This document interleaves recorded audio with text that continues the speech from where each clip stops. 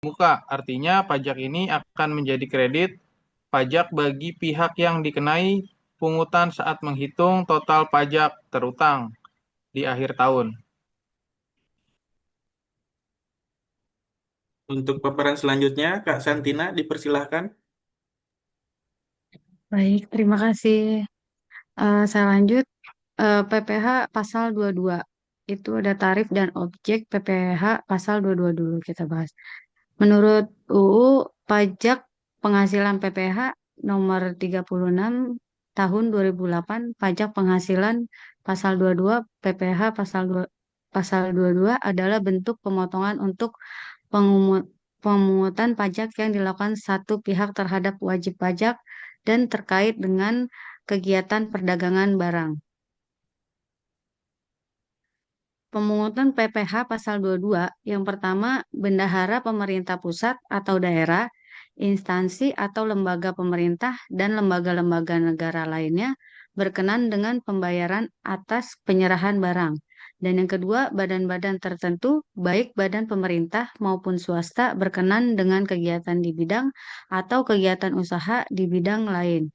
Dan yang ketiga, wajib pajak badan yang melakukan penjualan barang yang tergolong sangat mewah. Tarif PPh pasal 22. Tarif PPh pasal 22 bervariasi tergantung dari pemungut serta objek dan jenis transaksinya. Untuk perhitungannya tarif khusus PPh pasal 22 yang pertama atas impor yang menggunakan angka pengenal impor atau API 2,5% dari nilai impor yang tidak menggunakan API 7,5% dari nilai impor yang tidak dikuasai 7,5% dari harga jual lelang. API adalah tanda pengenal sebagai importir. Dan yang kedua, atas pembelian barang yang dilakukan oleh DJPB atau Direktorat Jenderal Perbendaharaan. Bendahara pemerintah BUMN atau BUMD, lihat pengungut dan objek PPh pasal 22 butir 2 3 dan keempat sebesar 1,5% dari harga pembelian tidak termasuk PPN dan tidak final. Dan yang ketiga, atas penjualan produksi, lihat pengungut dan objek PPh pasal 23 butir 5 ditetapkan berdasarkan keputusan Direktur Jenderal Pajak, yaitu yang pertama kertas sama dengan 0,1% kali DPP PPN tidak final. Yang B, semen 0,25% kali DPP PPN tidak final. Dan yang C, baja 0,3% kali DPP PPN tidak final.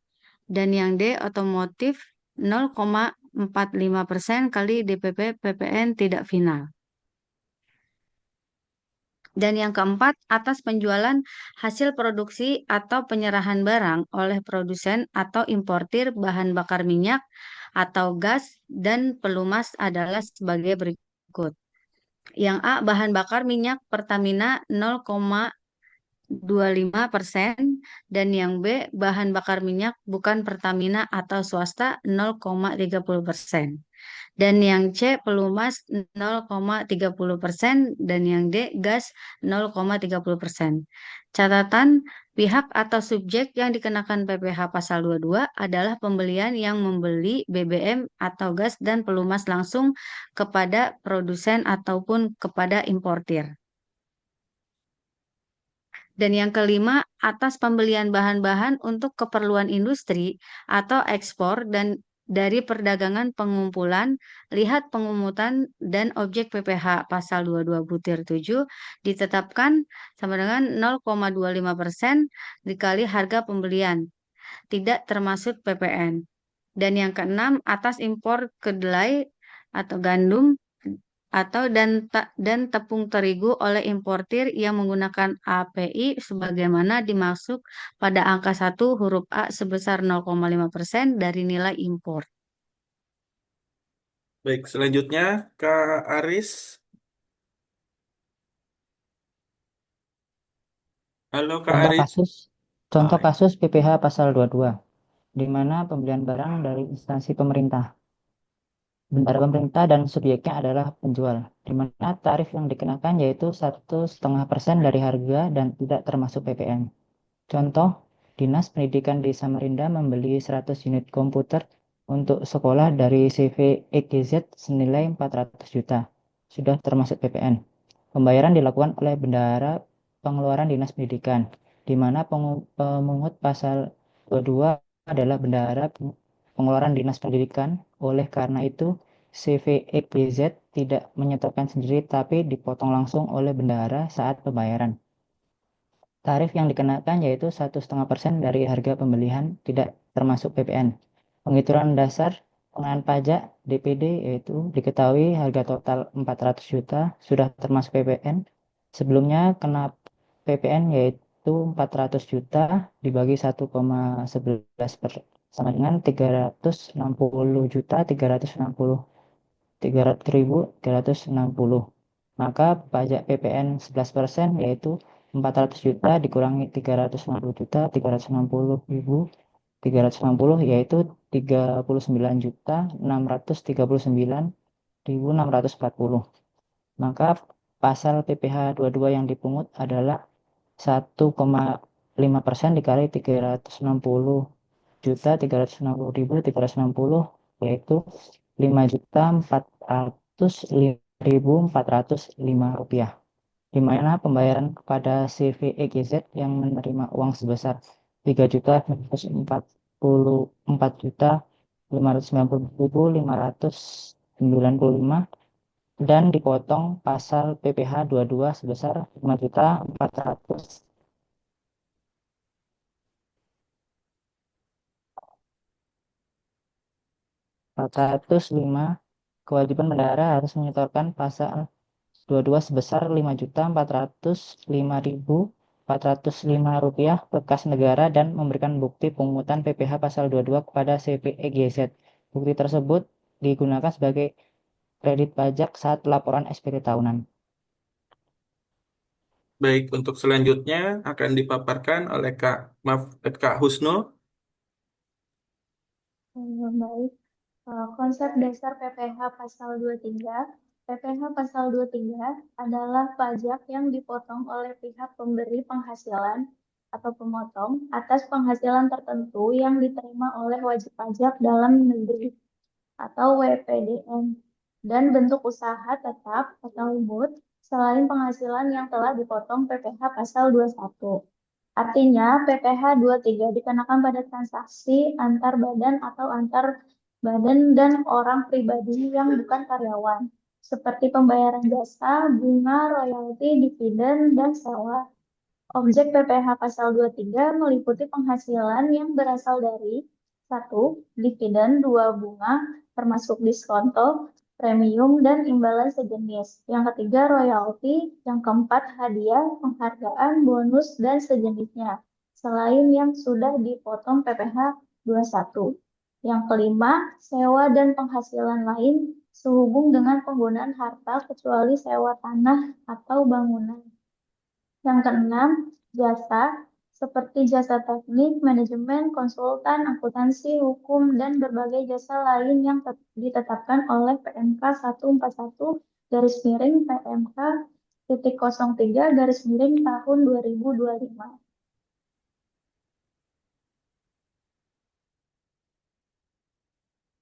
Baik, untuk selanjutnya akan dipaparkan oleh Kak Maftuha. Baik, izin melanjutkan. Tarif dan objek PPh pasal 23.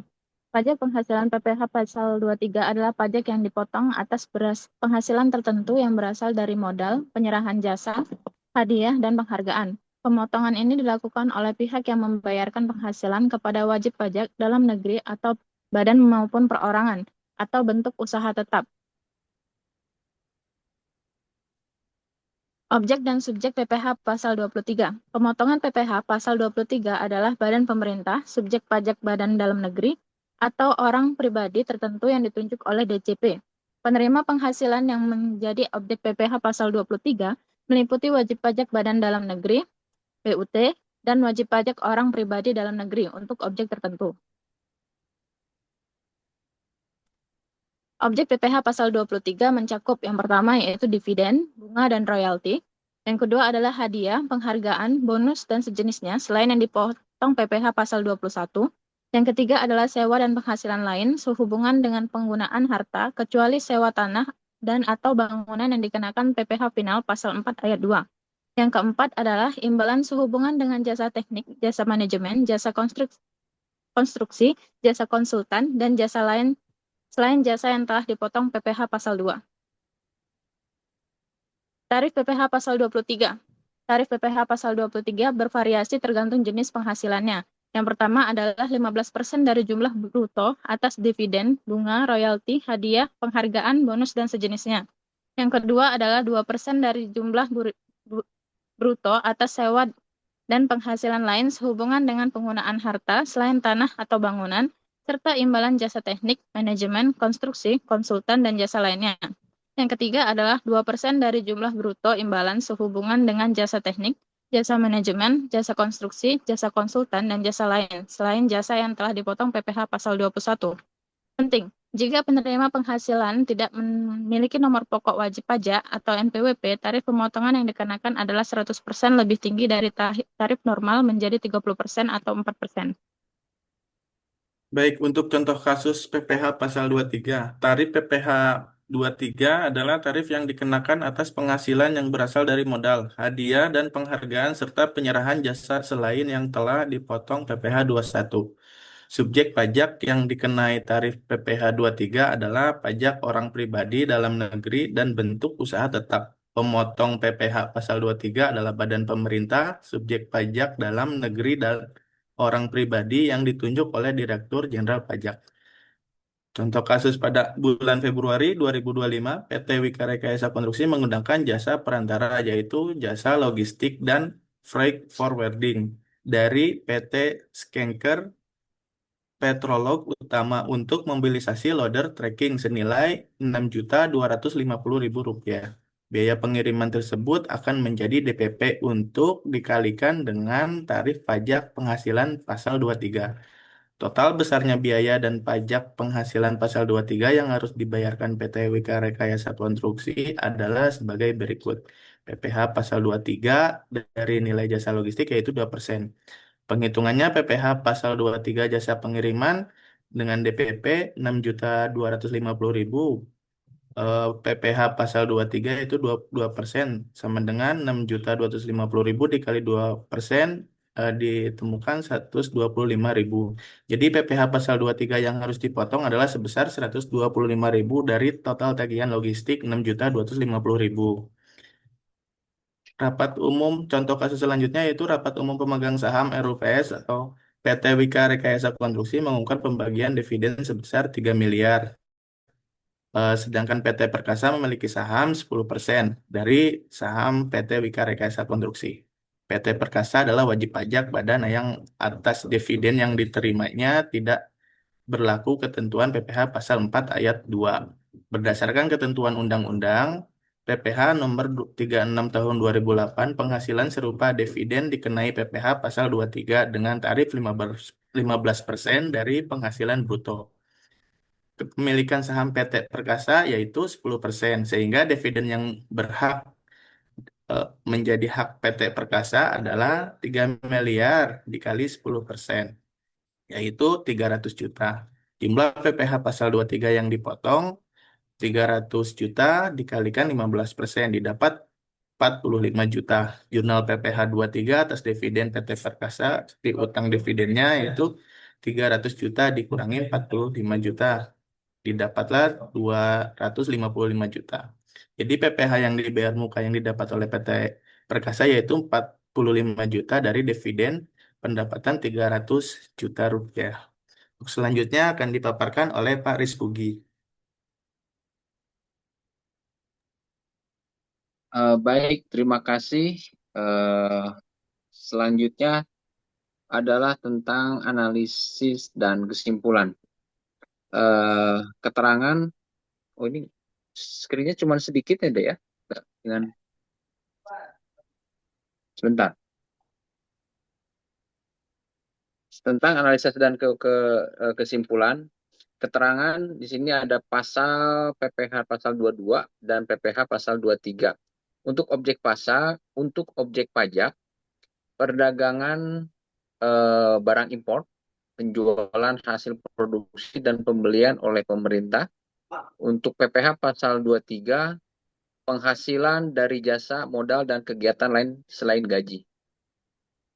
Tujuan untuk PPH pasal 22, mengamankan pajak di muka dari perputaran barang menjadi alat kontrol dan mempercepat penerimaan negara. Untuk PPH pasal 23, Maaf, ya Bu, ini kalau mau di-share yang ada lebih kelihatan. Ini kayaknya kepotong, Kak. ya ini kepotong itunya. Saya lihat dari yang lain ini. Mau aku share yang Nggak apa-apa, saya lanjut aja dulu ya. Bu. Baik Bu, saya ulangi Bu ya.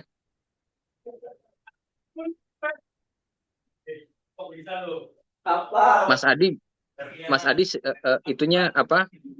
Slide terakhirnya terpotong ini. Oh iya. Coba ganti dulu.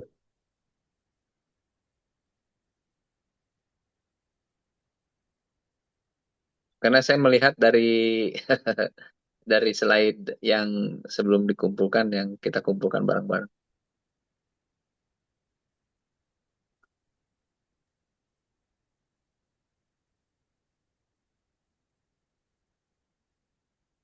Izin sebentar, Pak.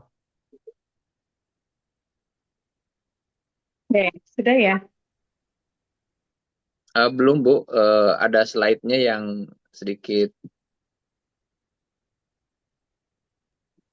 atau mau gantian saya yang share, Pak? Oke, terima kasih. Sudah atau belum? Belum Bu. Oh, belum. Ini slide tentang analisis dan kesimpulan. Nah, ini udah kelihatan semuanya, jelas? Jelas, Pak. Jelas, Pak.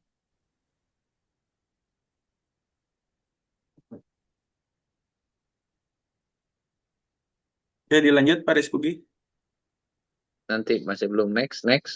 Nah, ya. Baik. Kita lanjutkan. Jadi, untuk analisis dan kesimpulan dari keterangannya, kolom keterangan ada PPH pasal 22 dan pasal PPH 23. Untuk pajak sendiri, pasal PPH pasal 22 yaitu perdagangan barang, impor, penjualan atau impor, penjualan hasil produksi, pembelian oleh pemerintah. Dan objek pajaknya untuk PPH pasal 23 adalah penghasil dari jasa, modal, dan kegiatan lain selain dari gaji.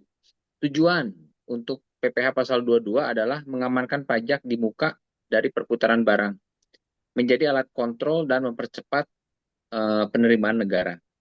Kalau pasal PPH 23 tujuannya yaitu menjadi uang muka pajak tahunan atau prepayment, serta meningkatkan transparansi transaksi. Untuk sisi pemungut, PPH pasal 22 itu bendahara pemerintah, BUMN atau BUMD, Dirjen Pajak, Bea Cukai, Badan Usaha Tertentu. Dan untuk pasal 23, untuk pemungutnya yaitu pihak pembayar penghasil atau badan atau orang pribadi tertentu. Nah, sekarang untuk yang dipungut untuk PPH pasal 22 yaitu importir atau penjual atau pembeli barang.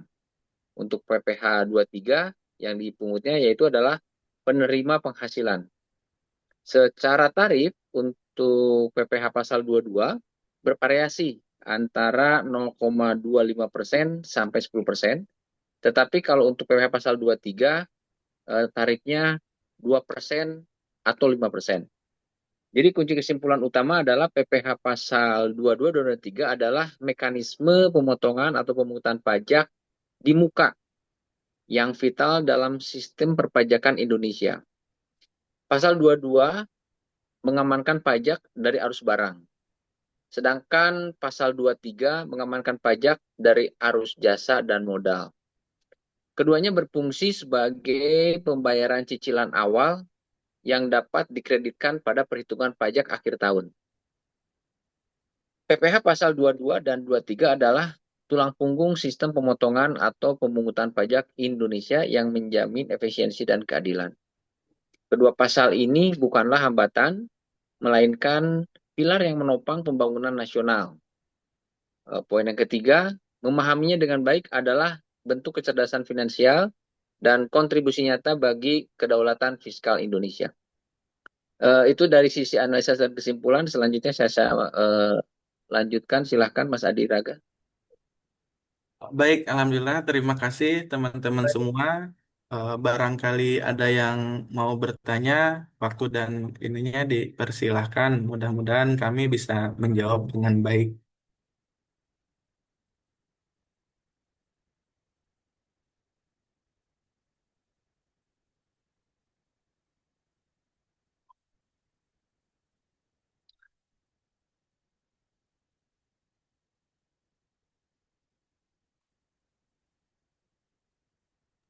Belum ada pertanyaan, sepertinya paham semua ini kayaknya Mas Adi. Mudah-mudahan Pak, soalnya waktunya sudah mau habis jatah kita.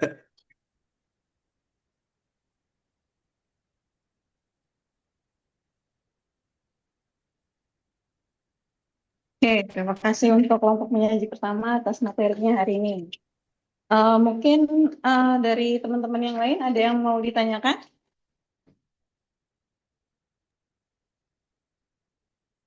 Dari teman kelompok lain? Ada? Tidak ada. Kalau tidak ada, mungkin saya mau menambahkan ya. Tadi sudah kita beri plus dulu untuk teman-teman dari kelompok pertama, yaitu kelompok 7 yang sudah sangat bagus mempresentasikan materinya, yaitu PPH 22 dan PPH 23. Itu ya, PPH. PPH itu kan pajak penghasilan ya. Kalau pasal 22 berarti pajak yang dipungut oleh bendaharawan pemerintah atau badan usaha tertentu, baik pemerintah maupun swasta. Ya kan? Sehubungan dengan pembayaran atas penyerahan barang dan kegiatan di bidang impor atau kegiatan usaha lainnya. Nah, di sini ada ada pihak nih yang ditunjuk untuk memungut pajak ini, yaitu ada Bank Devisa atau Direktorat Jenderal Bea dan Cukai atas impor barang, terus ada bendahara pemerintah dan kuasa penggunaan anggaran atau KPA ya sebagai pemungutan pajak pada pemerintah pusat, pemerintah daerah, instansi dan lembaga pemerintahan dan lembaga negara lainnya. Terus ada bendahara pengeluaran untuk pembayaran yang dilakukan dengan mekanisme uang persiapan. Nah, ada lagi BUMN ya, untuk pembayaran atas pembelian barang atau jasa atau bahan untuk keperluan kegiatan usahanya. Jadi kalau misalkan BUMN beli, berarti kan dia akan menyerahkan PPH dua-duanya kepada negara karena dia sebagai pihak yang ditunjuk gitu ya. Terus industri tertentu seperti industri semen, kertas, baja, otomotif, dan farmasi atas penjualan hasil produksinya kepada distributor di dalam negeri. Dan ada agen tunggal pemegang merek atau ATPM, itu atas penjualan kendaraan bermotor. Nah, tadi sudah dijelaskan juga oleh tim penyaji bahwa ada impor barang, ada yang menggunakan api, dan tanpa menggunakan api. Nah, itu tarifnya berbeda ya. Kalau menggunakan api berarti 2,5%, tanpa api justru lebih tinggi ya untuk tarifnya yaitu 7,5% dari nilai impornya. Terus ada lagi penjualan semen, kertas, otomotif, penjualan BBM, terus barang sangat mewah gitu ya. Terus pasal 23 ya, PPH pasal 23. Nah, dikenakan atas pajak berupa modal penyerahan jasa atau hadiah dan penghargaan. Gitu ya.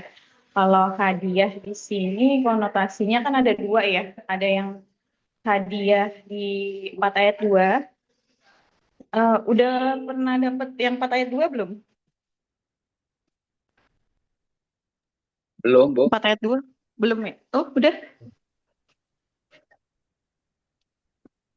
Oke, di ayat 4 ayat 2 final ya, itu juga ada hadiah tuh, tapi tarifnya 25%. tapi dia itu sifatnya final, artinya tidak dapat dikreditkan lagi. Dia adalah jenis hadiah yang memang kayak yang di kuis-kuis TV itu kan, apa?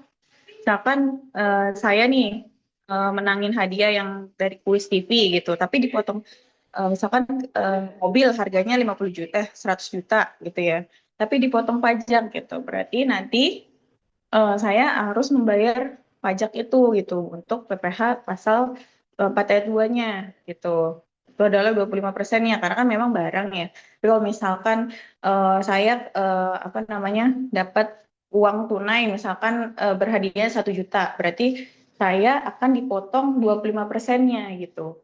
Berarti kan saya cuma dikasihnya 750.000 gitu. Nah, itu yang 4 ayat 2. Tapi kalau yang hadiah di sini dia berupa hadiah yang memang ada effortnya gitu ya. Jadi dia ada effortnya, berarti ada usahanya, dia masuk ke 23 dan penghargaan gitu. Nah, di sini juga banyak ya. Ada jasa dan sewa itu yang paling umum adalah 2% gitu. Terus ada juga pengecualian PPh pasal 23, ada penghasilan yang dibayar kepada bank, terus sewa yang dibayarkan sehubungan dengan sewa guna usaha dengan hak opsi atau finance lease. Terus ada dividen yang diterima oleh PT, PP dalam negeri dengan kepemilikan saham minimal 25% dan berasal dari cadangan laba yang ditahan. Terus ada sisa hasil usaha atau SHU, koperasi yang dibayar kepada anggotanya. Terus terakhir ada penghasilan yang tidak dikenakan PPh final seperti sewa tanah atau bangunan yang masuk dalam pasal 4 ayat 2. Gitu. Tadi udah dijelasin juga ya, mungkin tadi kayaknya untuk 2 ayat 23-nya itu kalian mencontohkan dari dividen ya. Ada dividen sama sewa ya di sini ya. Jasa ya. Jasa berarti 2% gitu ya. Nanti kalau misalkan udah termasuk PPN berarti dikali dulu tuh PPN-nya ya kan. PPN-nya berapa? Misal PPN sekarang itu kan 11% sebenarnya, tapi kalau untuk yang barang-barang mewah kan adalah 12%. Jadi artinya nanti dikeluarin dulu dari PPN-nya gitu. 100 per 111 gitu ya. Kalau di sini kan contohnya masih 10% nih. Nah, tapi kan real yang sekarang adalah 11% gitu. Baru nanti ketemu harga DPP-nya berapa ya yang setelah dikurangin sama PPN-nya baru dikali 2%. Gitu. Oke, mungkin dari kelompok penyaji atau teman-teman yang lain ada yang mau ditanyakan? Tidak ada. Oke, karena tidak ada. Cukup, Ada Bu. nggak? Terima kasih. Jelas, Bu. Jelas. Oke, lanjut ya ke kelompok selanjutnya, kelompok 8 ya. Oh ya, tepuk tangan beri aplaus dulu untuk teman-teman dari kelompok 7. Sini mana ya? Kok salah. Baik, Mana terima ya? kasih, Bu. Nah, ini. Oke. Dah. Ya, tepuk tangannya Terima di sini kasih. aja biar kelihatan. Iya. Saya izin off cam dulu ya, teman-teman. Ini lagi di ini. Oke, kita lanjut ya ke kelompok 8 ya.